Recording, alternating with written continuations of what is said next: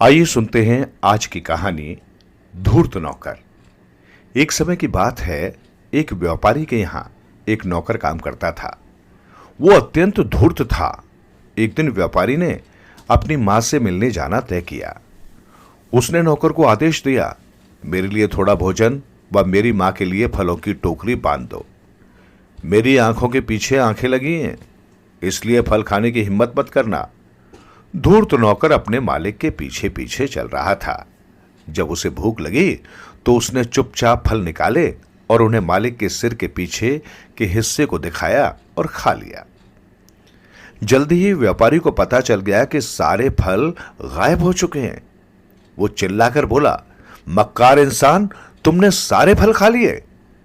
नौकर बोला, पर मालिक, मैंने तो आपसे अनुमति ली थी। मैंने तो हर फल को आपके सिर के पीछे के हिस्से को दिखाया था, पर आपने एक बार भी आपत्ति नहीं जताई। क्रोध से उबलता व्यापारी खाना खाने बैठा। उसने आग पर एक मछली पकाई और खाने लगा। उसने अपने नौकर को एक सड़ी हुई मछली दे दी। नौकर ने पूछा, मालिक, क्या मछली छिछले पानी में नहीं तैर सकती? व्यापारी बोला, हां, तैर सकती है। नौकर ने तब अपनी सड़ी हुई मछली मालिक की प्लेट में रख दी। व्यापारी चिल्लाया, यह तुमने क्या किया? अब मैं मछली कैसे खा सकता हूं?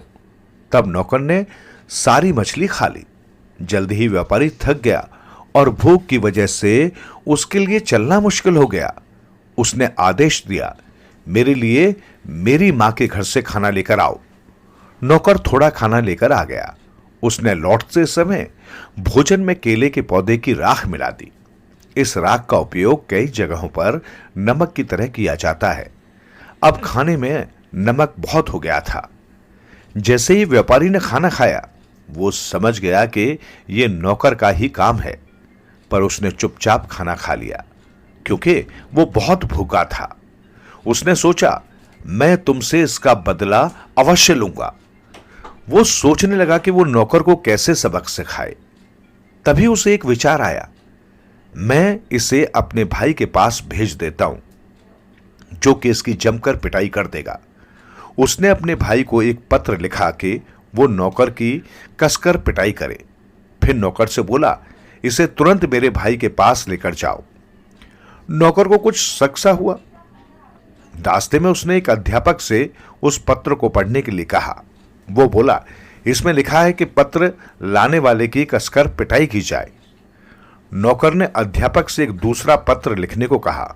उसने लिखवाया, महोदय, आपके भाई चाहते हैं कि आप तुरंत इसे अपना दामाद बना लें। भाई ने जब ये संदेश पढ़ा तो वो दुविधा में पड़ गया।